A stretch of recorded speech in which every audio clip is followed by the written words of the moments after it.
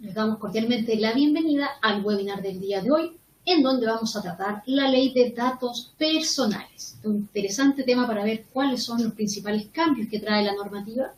Este tema que la verdad que nos puede afectar a todos. El día de hoy nos acompaña Constanza Aguirre. Ella es abogada egresada de la Universidad Adolfo Ibáñez, con mención en Derecho Privado, y es especialista en Derecho Corporativo. Ella es de Círculo Verde, nuestro partner que siempre estamos dando estas charlas de interés. Así que, Constanza, todo suya la presentación. Muchas gracias, buenos días. Me voy a partir compartiendo pantalla para que... Perfecto, bueno.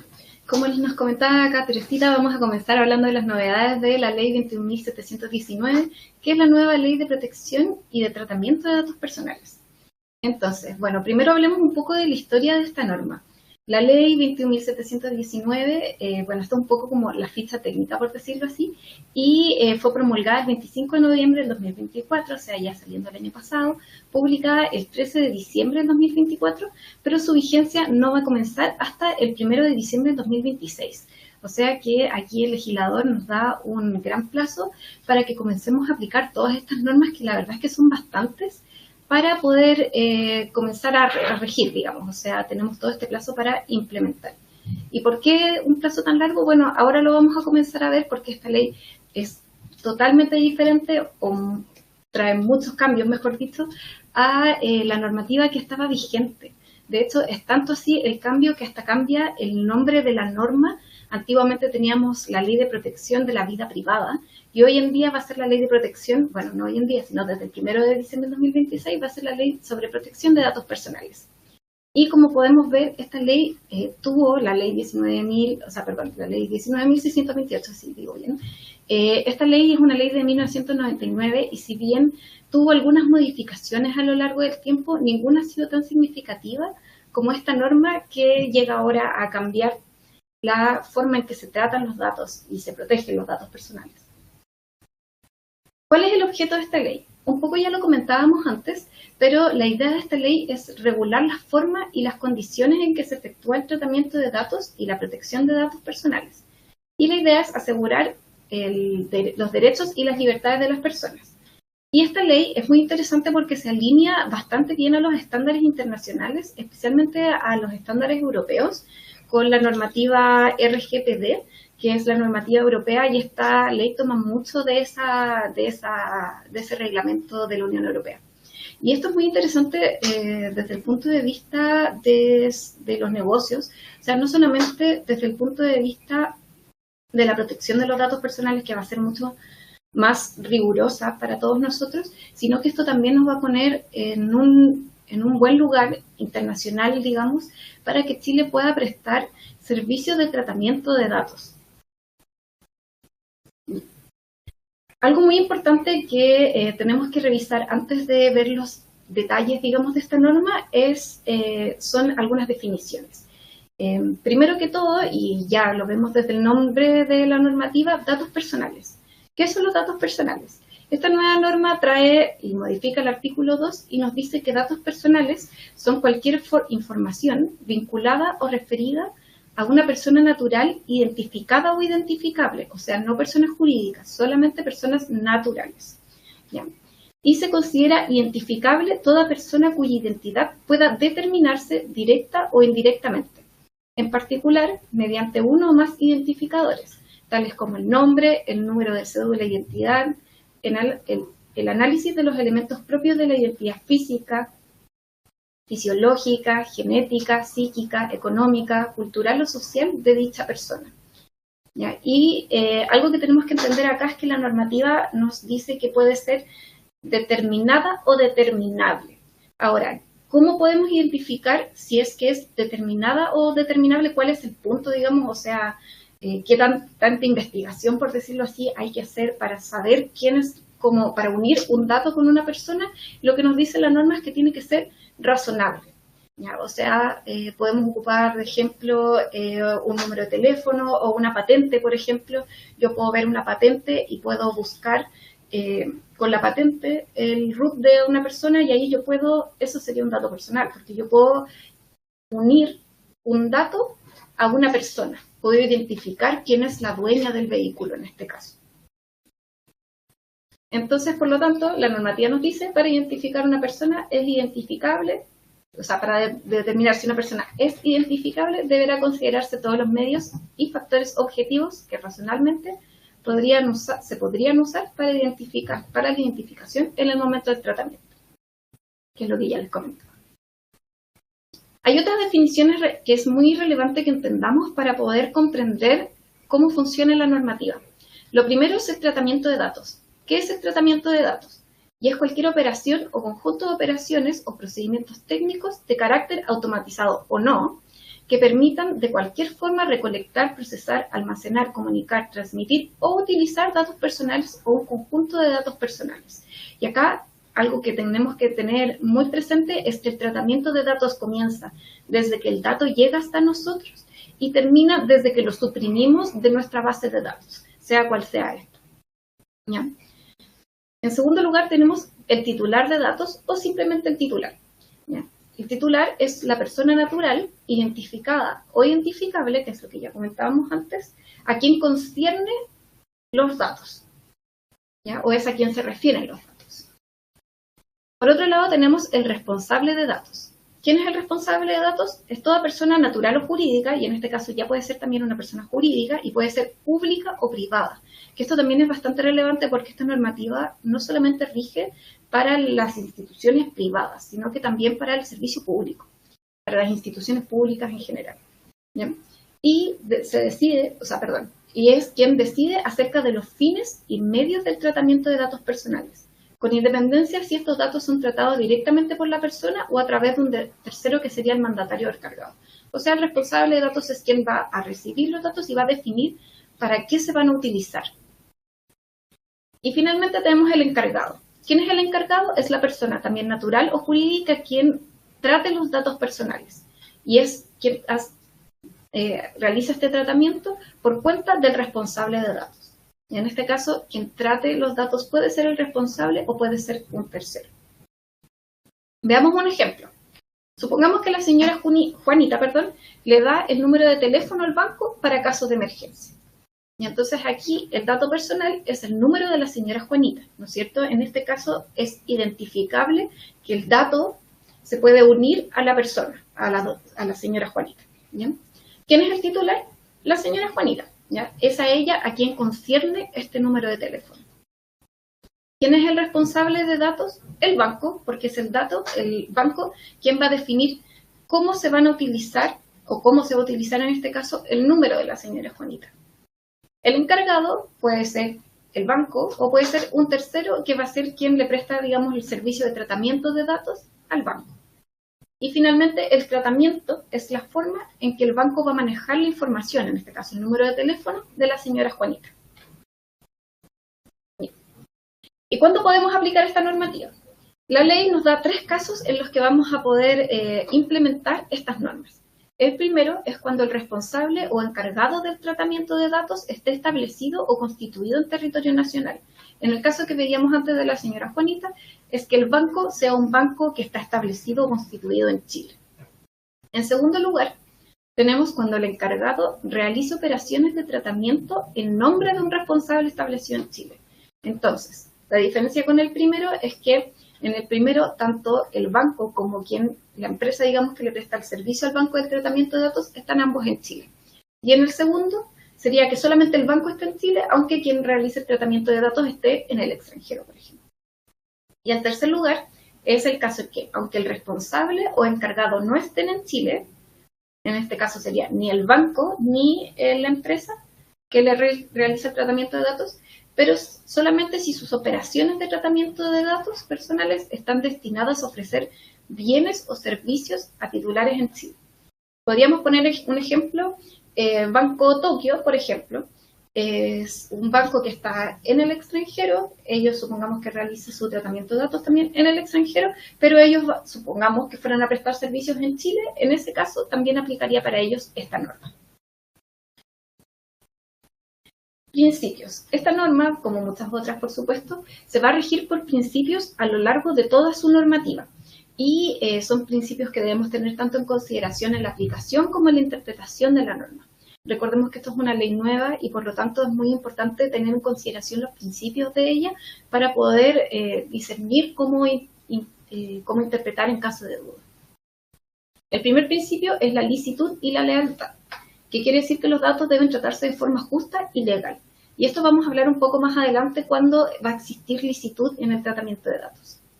Finalidad, y es un poco lo que hablábamos antes. Los datos deben ser recolectados con fines específicos. No puede ser recolectar datos porque sí. Y el tratamiento debe realizarse en el marco de estos fines. No puede utilizarse sin el consentimiento de las personas. Luego tenemos la proporcionalidad. ¿Y qué quiere decir esto? Que los datos deben limitarse a aquellos que sean necesarios, adecuados y pertinentes para el fin y solo por el tiempo necesario. O sea, no podemos solicitar más datos de los que sean necesarios para cumplir el fin específico que es por el cual se están tratando. Bien. La calidad. Entonces, los datos deben ser exactos, completos, actuales y pertinentes. Y esto va a estar muy de la mano con los nuevos derechos que vamos a hablar más adelante que tiene el titular de datos. Responsabilidad. Quienes realicen el tratamiento de datos son responsables de que se cumplan los principios, que son todos estos principios que ya estamos hablando. ¿Ya? Y bueno, por lo mismo también el responsable de datos lleva ese nombre, responsable de datos. Seguridad. El responsable de datos debe garantizar la protección de los datos evitando filtraciones o pérdidas. Transparencia. El responsable debe entregar al titular la información necesaria para el ejercicio de los derechos que establece esta ley. Y como les comentaba, esto también va a estar muy unido, digamos, a nuevos derechos que van a tener los titulares de datos y que vamos a hablar más adelante. Y finalmente la confidencialidad. Y que puede sonar lógico, pero nunca está de más decirlo, el responsable debe guardar secreto y confidencialidad de los datos que va a estar tratando. Y como les comentaba, y hablábamos del primer principio, que es la licitud, y cuándo será lícito el tratamiento de datos. Y en este caso tenemos una norma general que dice que siempre vamos a poder tratar datos cuando el titular otorga un consentimiento libre, informado, previo y específico. Es decir, que tiene que ser sin presiones, libre, informado, o sea, siempre sabiendo de qué se va a tratar este tratamiento de datos, previo, o sea, antes de que tratemos el dato, y específico en cuanto a su finalidad. O sea, tenemos que saber para qué se va a estar tratando este dato. ¿Ya? ¿Cómo se puede otorgar este consentimiento? De forma oral o escrita. Y vemos este ejemplo de forma oral, es lo típico, por ejemplo, cuando llaman del banco y nos dicen que vamos a tener, nos ofrecen algún servicio, o nos piden alguna información, y nos piden nuestro consentimiento y eso queda grabado. Ahí tenemos un consentimiento oral.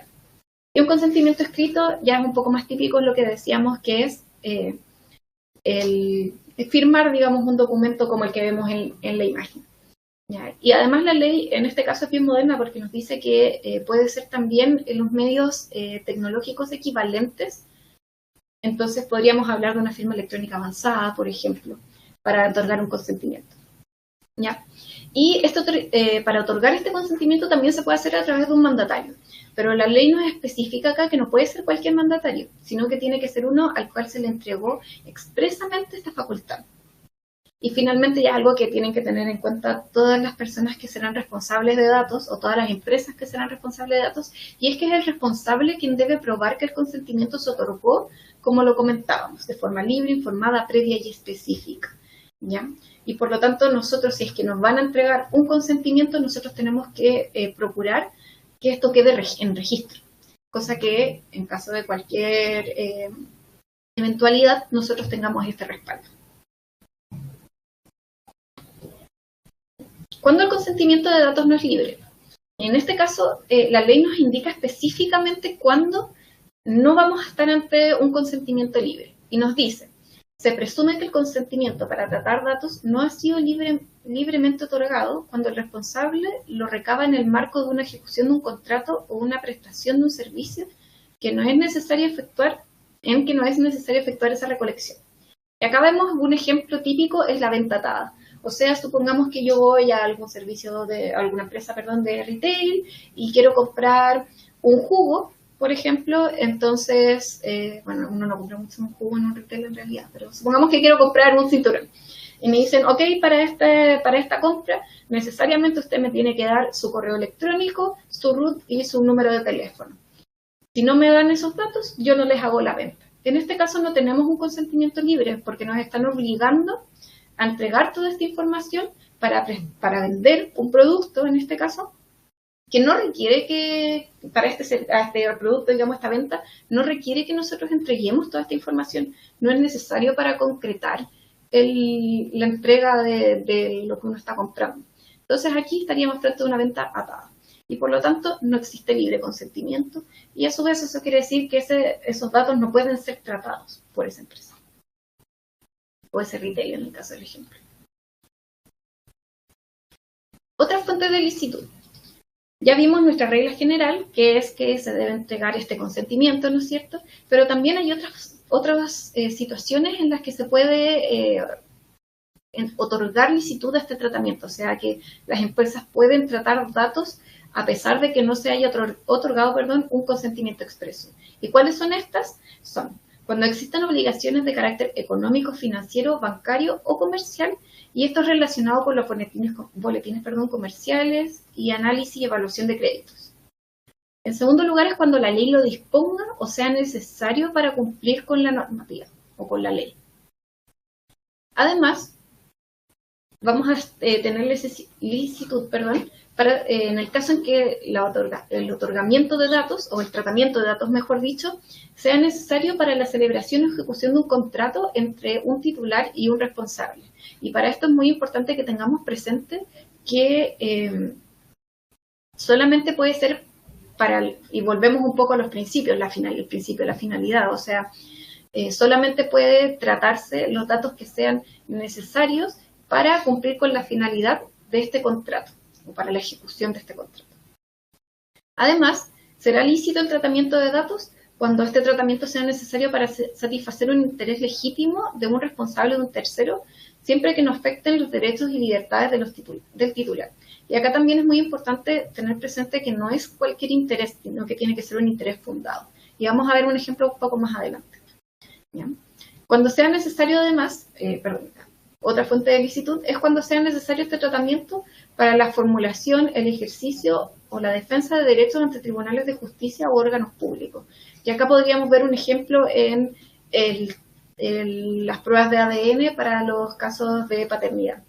¿Ya? En este caso es una orden del tribunal y es necesario hacer el test, por ejemplo, de ADN para poder cumplir con un ejercicio de un derecho ante tribunales. Datos personales sensibles es un dato especial, digamos, de un tipo especial de dato personal que establece la norma y que es importante que lo diferenciemos de los datos personales por sí solos o a secas, por decirlo así, porque el tratamiento va a ser mucho más específico y solamente se van a poder tratar datos sensibles en casos muy detallados, digamos, por la norma. ¿Ya? Cuando estamos hablando de datos sensibles, tendrán esta condición aquellos datos personales que se refieren a características físicas o morales de las personas o hechos o circunstancias de la vida privada o íntima, que revelen el origen étnico o racial, la afiliación política, sindical o gremial, la situación socioeconómica, las convicciones ideológicas o filosóficas, las creencias religiosas, los datos relativos a la salud, al perfil biológico humano, los datos biométricos, la información relativa a la vida sexual, a la orientación sexual y a la identidad de género de la persona. Y como ven acá, estos datos son cosas que normalmente alguien podría ser susceptible de alguna discriminación o algún ensañamiento, o sea, son datos especialmente sensibles que la normativa protege para evitar poner en peligro a la persona. ¿Ya? Y ¿cuándo se van a poder tratar estos datos? En situaciones muy específicas. Lo primero que todo es cuando el titular de datos otorga expresamente su autorización para ello, y en segundo lugar, en caso en que sea tratado por personas jurídicas sin fines de lucro cuyo funcionamiento tenga especialmente que ver con algunas de estas situaciones, y solamente va a poder ocuparse, y lo mismo, y hablábamos de nuevo de la finalidad, para la finalidad específica que sea necesario para este tipo de personas jurídicas. Y hay otras categorías de datos, y en este caso son datos especiales. El primero estamos hablando de los datos de menores de edad. Y la normativa, más que hablar de menores, habla de niños, niñas y adolescentes.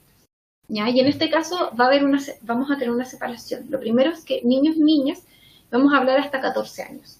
¿Y cuál es la norma o la regla para esto? Es que va a ser siempre exclusivamente, o sea, cuando el tratamiento sea necesario, exclusivamente para el interés superior del niño, y cuando existe una autorización expresa de los padres o representantes legales del menor. Esto es hasta los 14 años, y luego, hasta siempre que sean niños o adolescentes hasta 14 años, y hasta 16 años, Empiezo de nuevo, la confusión. Es niños hasta 14 años, y después de 14 a los 16 años los adolescentes también van a seguir esta misma norma. Y finalmente, los adolescentes ya de 16 hasta los 18 años, que obviamente ya aplica la norma general, van a poder dar libremente su consentimiento. No va a existir, va a ser igual que los adultos, 16 en adelante. Los segundos datos tenemos los de geolocalización, que obviamente se entiende en el lugar donde uno se encuentra en este mundo. ¿Ya?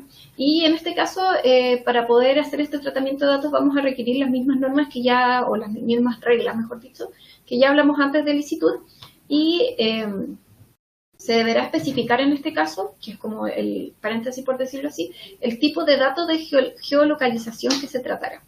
¿Ya? Siempre tenemos que saber qué tipo de datos, o sea, qué tan amplio, qué tan específico es el dato que nosotros vamos a estar, o que ellos van a estar tratando. ¿Ya? Y finalmente, y esto es una gran novedad, que es los datos para fines específicos, históricos, científicos, de estudio o de investigación. ¿Ya? Y en este caso, que es lo que yo les comentaba antes, se entiende que existe un interés legítimo. ¿Ya? O sea, que se van a poder tratar sin necesidad del consentimiento, porque existe este interés, que en este caso sería para mantener estadísticas quizás del país o histórico, o sea necesario para poder tener avances científicos o de investigación en general. ¿Ya? Y en este caso, quienes realicen el tratamiento de datos deben adoptar y acreditar medidas de seguridad. O sea que deben hacer todo lo posible para que las personas o los datos de las personas, mejor dicho, que están siendo tratados, no se filtren, no sean expuestos. Y podrán hacerse publicaciones, que es algo que, por supuesto, que es muy importante en el mundo científico, pero siempre se podrán hacer estas publicaciones solo si es que los datos sean anonimizados. ¿Ya? O sea, que no se pueda unir el dato con la persona. Y como les comentaba antes, esta nueva ley nos trae derechos para el titular. ¿Ya? Recordemos que el titular de datos es a quien concierne la información, los datos. ¿Ya? El primero es el acceso, y es que el titular de datos tiene siempre derecho a consultarle a quien está realizando los datos qué tipos de datos se están tratando, cuáles datos se están tratando, cómo se están tratando esos datos, cuál es el fin de esos datos. El segundo es la rectificación, o sea que uno siempre tiene derecho a exigir al responsable de datos que se rectifique un dato que no es correcto o que no es específico. ¿Ya? Además está el derecho de supresión de datos, o sea que el titular de datos puede solicitar que la información que se está tratando se suprima, que ya no se trate, ¿ya? Que se elimine de la fuente de datos. En segundo lugar ya vamos en el cuarto. En cuarto lugar está la oposición el derecho a oposición. ¿Y qué quiere decir esto? Es que uno puede oponerse a que los datos sean tratados de cierta manera. ¿Bien? Luego tenemos la portabilidad, que es un poco parecido a la portabilidad numérica que ya estábamos hablando antes, es que yo siempre puedo pedir o solicitar que mis datos sean tratados por otro responsable de datos. Y esto es algo que vemos, antiguamente más común que ahora, cuando uno iba al médico, a veces los médicos no entregaban las radiografías o los certificados, los exámenes, etcétera. Entonces ahora eso no puede ocurrir, ¿ya? los médicos como responsables de datos, en este caso los datos serían los datos de salud de uno, pueden, o deben, mejor dicho, derivarlos a otro profesional si es que uno lo solicita, o entregarlos, que sería el derecho a acceso que hablábamos antes. Y finalmente tenemos el bloqueo. Y el derecho de bloqueo es una suspensión temporal en los casos en que se está tramitando una rectificación o una supresión o una oposición, y esos datos no van a poder ser tratados siempre que se esté, o durante el tiempo mejor dicho, que se esté viendo esta rectificación, supresión o oposición. ¿Y cómo ejercer estos derechos? Porque claro, no sirve de nada tener derechos si es que no tenemos cómo ejercerlos, cómo solicitarlos. Y esto siempre va a tener que ser a través de una solicitud escrita al responsable de datos, dirigida a un correo electrónico creado específicamente para este fin, aún por un formulario que se haya creado para este fin, o cualquier medio equivalente que haya dispuesto el responsable para poder hacer esta solicitud. Y una vez presentada esta solicitud, el responsable tendrá 30 días prorrogables por 30 días más, solamente por una vez, para pronunciarse, ¿ya?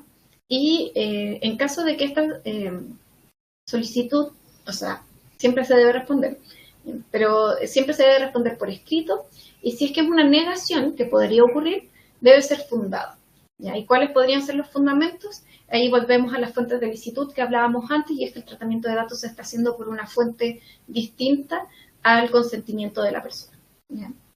Entonces, ¿qué ocurre en caso de desacuerdo? El titular tiene 30 días para reclamar a la agencia.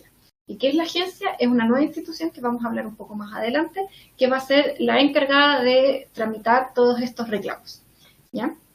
Y el responsable podrá ejercer, o sea, solo podrá ejercer un cobro por hacer esta modificación o por el ejercicio de estos derechos cuando se trata de un derecho de acceso de portabilidad y que se haya realizado más de una vez al trimestre. ¿Y cómo se va a definir ese precio? Es la agencia la que va a determinar el costo de esa gestión. Ya, por supuesto, como existen derechos, también existen obligaciones, ¿ya? Y el responsable de datos tiene bastantes obligaciones. La primera es informar y poner a disposición del titular los antecedentes que acrediten la licitud del tratamiento de datos que se realiza, ¿ya? O sea, si hablábamos antes de que uno tiene derecho a estar informado, también el responsable de datos tiene la obligación de informar para cómo o cuál es el sustento de este tratamiento, ¿ya? En segundo lugar, debe asegurar que los datos vengan de fuentes con fines específicos, lícitos y explícitos, y que el tratamiento se limite a esos fines. Y acá volvemos de nuevo a uno de los grandes principios de esta normativa, que es el de la finalidad. Además, se debe comunicar o ceder la información exacta, completa y actual, ¿ya? No se puede tratar cualquier información, ni información inexacta, que esté incompleta. No, siempre debe ser exacta, completa y actual. Además, se debe suprimir o anonimizar los datos que fueron obtenidos en la ejecución de medidas precontractuales. O sea, si nosotros solicitamos información a una empresa previamente a realizar un contrato, cuando este contrato se concrete o si no se concreta, la información una vez que esté terminado, este proceso precontractual debe suprimirse o anonimizarse. Bien, continuando con los deberes y obligaciones, es muy importante, y lo hablábamos antes también, es el mantener secreto y confidencialidad acerca de los datos personales. Y en este caso tenemos una excepción, y es que si es que el titular hizo manifiestamente público estos datos, entonces ya no existirá esta obligación de mantener secreto.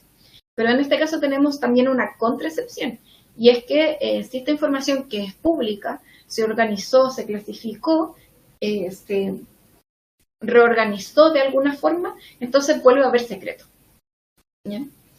Ahora, además debe mantener a disposición del público la política de tratamiento de datos, tipos de datos que se trata, el domicilio postal, correo electrónico, medidas de seguridad, derechos que asisten al titular, entre otros, digamos, el de recurrir a la agencia y el periodo en que se van a tratar los datos, ¿ya?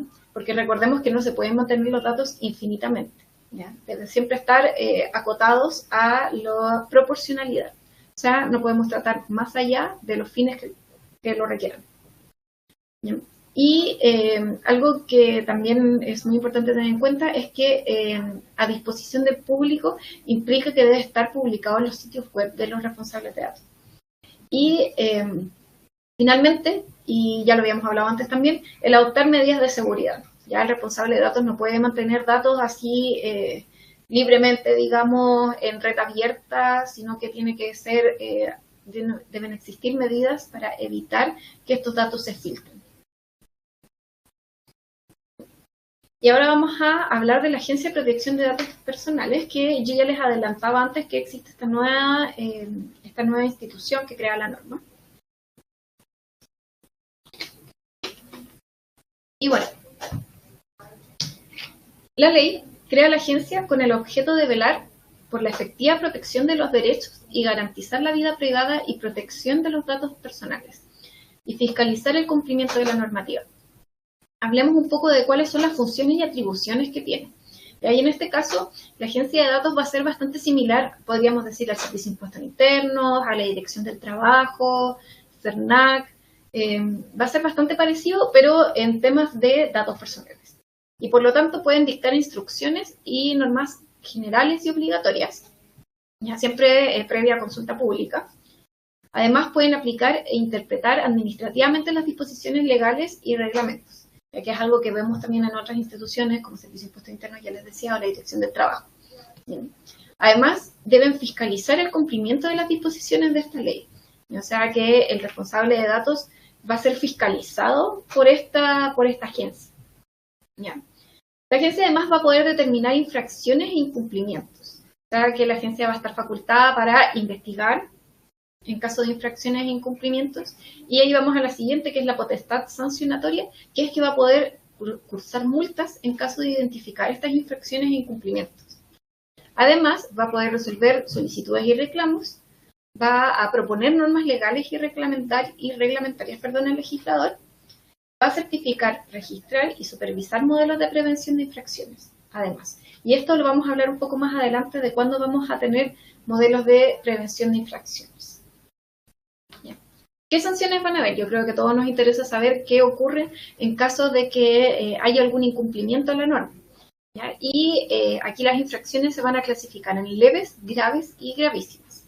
Si es que la infracción es leve, va a tener una multa de hasta 5.000 UTM. Si es que es grave, hasta 10.000 UTM, y si es que es gravísima, hasta 20.000 UTM. Y como hablábamos antes, ¿quién va a determinar esto? Es la agencia, ¿ya? O sea que corresponderá a la agencia determinar el monto de la multa, y ¿qué va a tener en consideración la agencia para esto? Primero va a hacer la gravedad, o sea, qué tan grave, qué tan peligroso para la persona, o qué tan vulneratorio para la persona sea este incumplimiento, el perjuicio producido, el beneficio económico que tuvo el infractor con este incumplimiento, además si se afectaron datos sensibles o datos sobre menores, sobre la capacidad económica del infractor también se va a considerar como, mejor dicho, la capacidad económica se va a tener en consideración para determinar la multa, va a tenerse en consideración también el historial y además si existieron o no atenuantes. ¿Ya? Se señalarán medidas para subsanar, y eso es muy importante tenerlo en cuenta, que la sanción va a ir aparejada con medidas para evitar que se vuelvan a producir o para corregir la infracción. Y estas medidas van a tener que ser adoptadas dentro del plazo de 60 días. Y algo que tenemos que tener en consideración también es que el incumplimiento de estas medidas, o sea, si no rectificamos, entonces nuestra sanción se va a aumentar en un 50%. O sea que vamos a tener una sanción sobre sanción, por decirlo así. Y en caso de las sanciones graves y reiteradas, se podrá disponer la suspensión de las operaciones del tratamiento de datos. Y esta suspensión va a poder durar hasta 30 días. Así que ojo ahí, porque la sanción también puede ser que ya no se pueda tratar más los datos. Y esto puede ser que no se traten más datos específicos o ampliamente ya no se pueda tratar más datos. Y junto con la agencia, otra de las novedades es el Registro Nacional de Sanciones e Incumplimientos. Y este va a ser un registro público, gratuito, va a ser electrónico, o sea, probablemente sea una página web. Y en este registro se consignarán los responsables que hayan sido sancionados, indicándose qué conducta realizaron, la gravedad, si existieron atenuantes, y la sanción. O sea que si es que nuestros datos van a ser tratados por alguien, nosotros vamos a poder ingresar en este registro, buscar al responsable y ver si es que ha sido sancionado antes o no. Y este registro, esta anotación, va a durar hasta 5 años. Bueno, y las resoluciones de la agencia, por supuesto que van a poder ser impugnadas. ¿Ya? Este va a ser a través de un procedimiento judicial de reclamación y el plazo para impugnar esto va a ser de 15 días. ¿Y dónde voy a poder presentar este reclamo? Es un reclamo de ilegalidad que se deducirá ante la Corte de Apelaciones de Santiago o ante la corte que corresponda al domicilio del reclamante. ¿Y quién elige cuál de las dos? Va a ser el titular de datos o el reclamante. Hay algo que quiero dejar, quiero que tengan en consideración, es que la resolución puede ser impugnada por ambas partes, o sea, puede ser por el responsable de datos o puede ser por el titular, depende de en contra de quién, digamos, haya sido la resolución, o sea, quién no esté de acuerdo con la resolución de la agencia. Y además va a existir una acción indemnizatoria. ¿Y qué quiere decir esto? Es que en caso de infracción, el responsable deberá indemnizar el daño patrimonial y extrapatrimonial causado por el titular. Ya, o sea, si existen, por ejemplo, pérdidas monetarias por la filtración de datos que se haya otorgado, entonces va a ser responsable el responsable de datos, con la redundancia, por estos daños. Y ahí esta acción se va a poder interponer una vez que la sentencia o la resolución, mejor dicho, de la agencia esté ejecutoriada o la sentencia de la corte esté firme y ejecutoriada. O sea que cuando ya no nos queden más recursos, vamos a poder presentar esta acción. Y este proceso va a seguir las reglas del procedimiento sumario. Y el modelo de prevención del delitos, esta normativa nos da algunos elementos mínimos que debe tener el modelo de prevención, no de delitos, perdón, de infracciones. En esta norma no hay una parte penal, digamos, no hay delitos, pero sí infracciones. ¿Ya? Y tenemos que tener en cuenta acá que el modelo de prevención de infracciones no es obligatorio, es voluntario, pero si es que lo tenemos que cumplir con estos requisitos mínimos. ¿Ya? El primero es designar un delegado, y este delegado tiene que estar establecido y definido los medios y las facultades que va a tener. Además, se debe identificar el tipo de información que la entidad va a estar tratando. ¿Ya? ¿Qué tipo de datos está tratando el responsable? Son, no sé, claves privadas, información respecto de la salud. Hay una gran cantidad de datos personales que pueden estar siendo tratados. Además, se debe identificar los procesos y las actividades que podrían incrementar el riesgo. ¿Ya?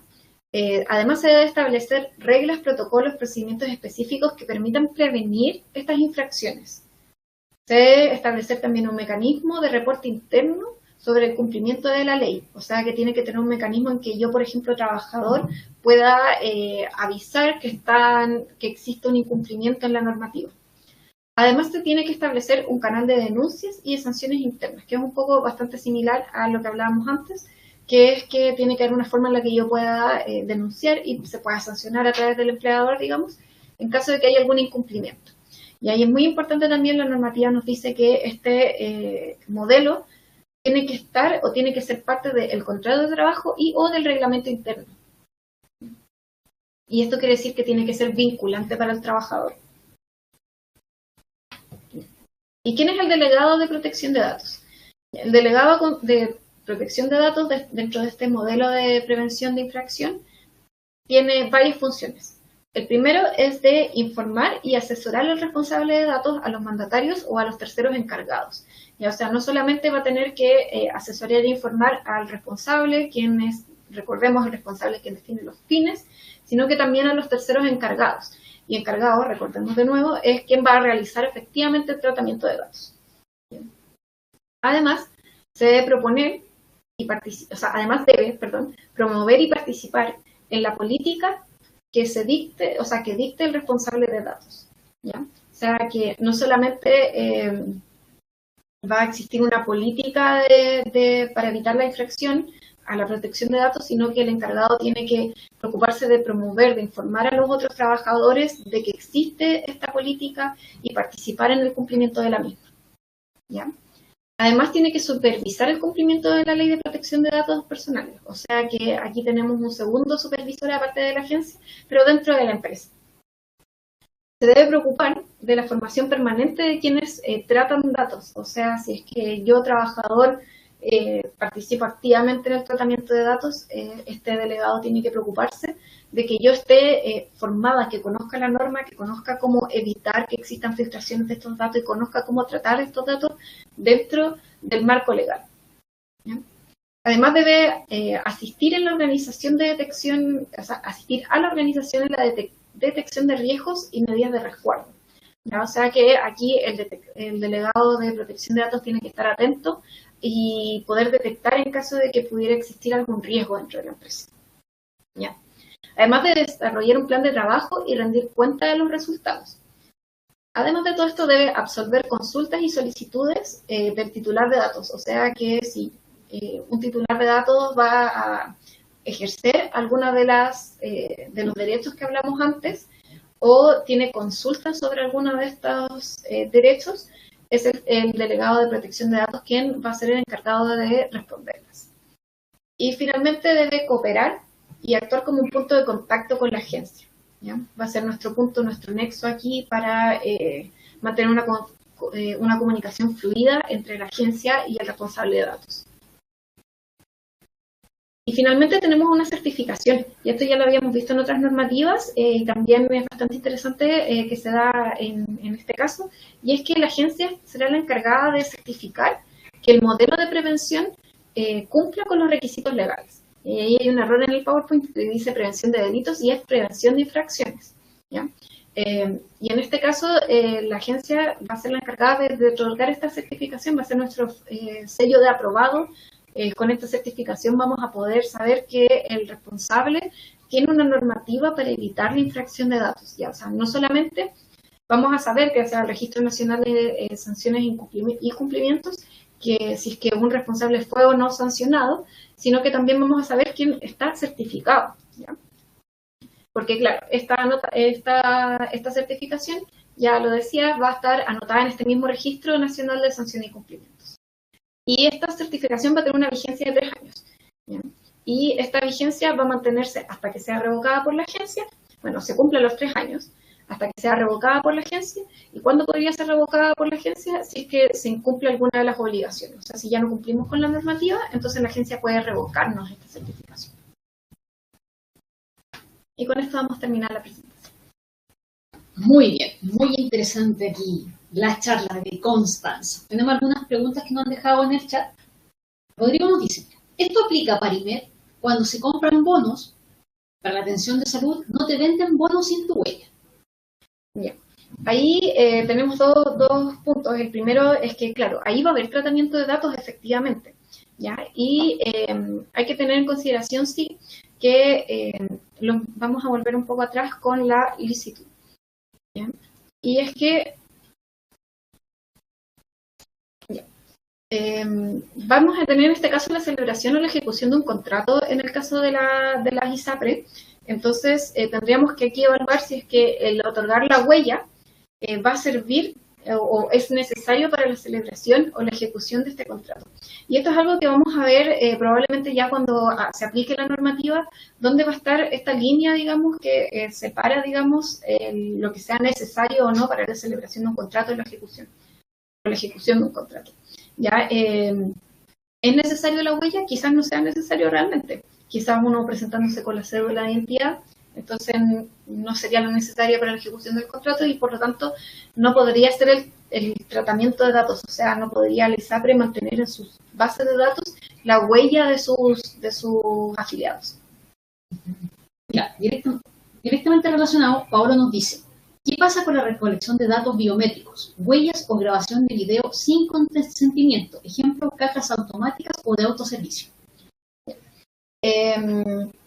A ver, aquí tenemos varias cosas, porque primero en algunas cajas, digamos, cajas de banco, todos estos servicios, tenemos dos derechos, digamos, fundamentales, porque uno es la seguridad y la otra es los datos personales.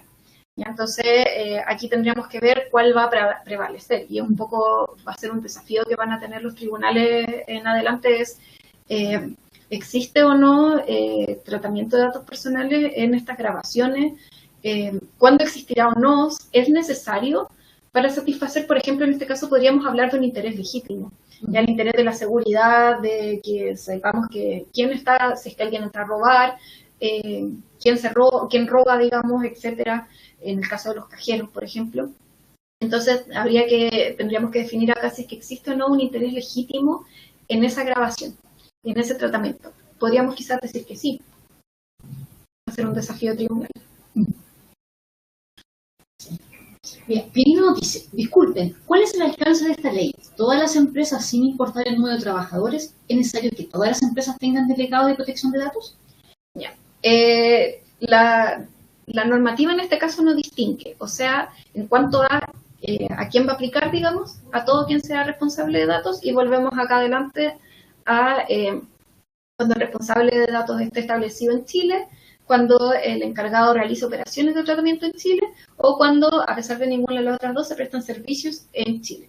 ¿Ya? Siempre se va a aplicar, y aquí la ley no distingue entre el número de trabajadores, ni el tamaño de la empresa. Incluso el responsable de datos puede ser una persona natural.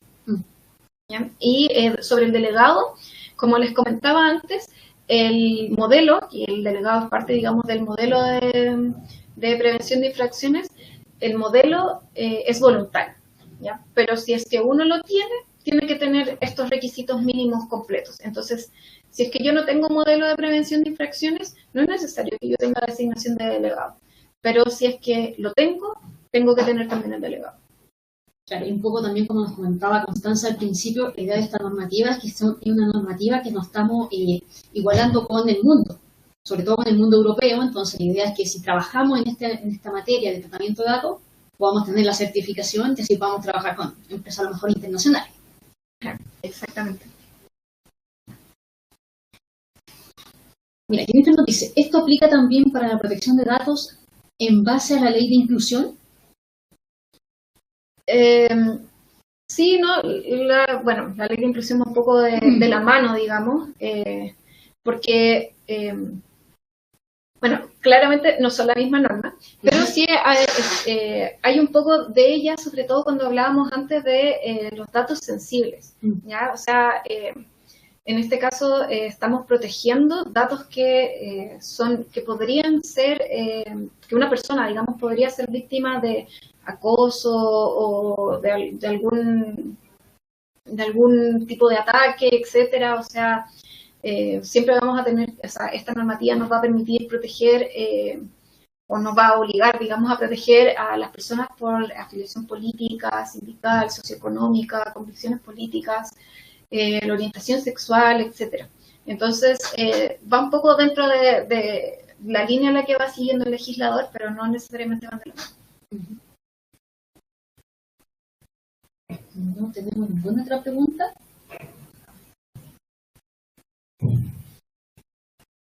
Entonces, Jennifer nos dice, ¿sería bueno entonces aplicar de igual forma un comité?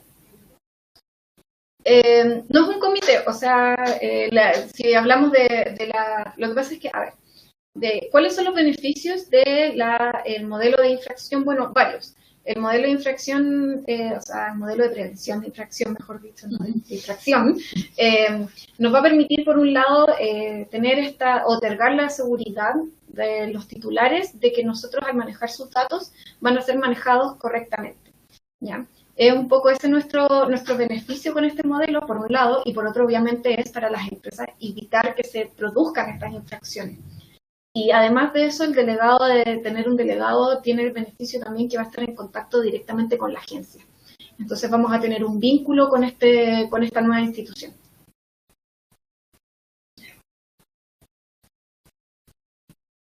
Perfecto, nos dice ahí Jennifer. Muchas gracias. Aprovechando la pregunta de Roxana, también ahí Ana María le estaba contestando, recuerden que la presentación, como el webinar, siempre van a estar disponibles mañana en nuestra plataforma, también en nuestro canal de YouTube. Ahí la pueden volver a revisar.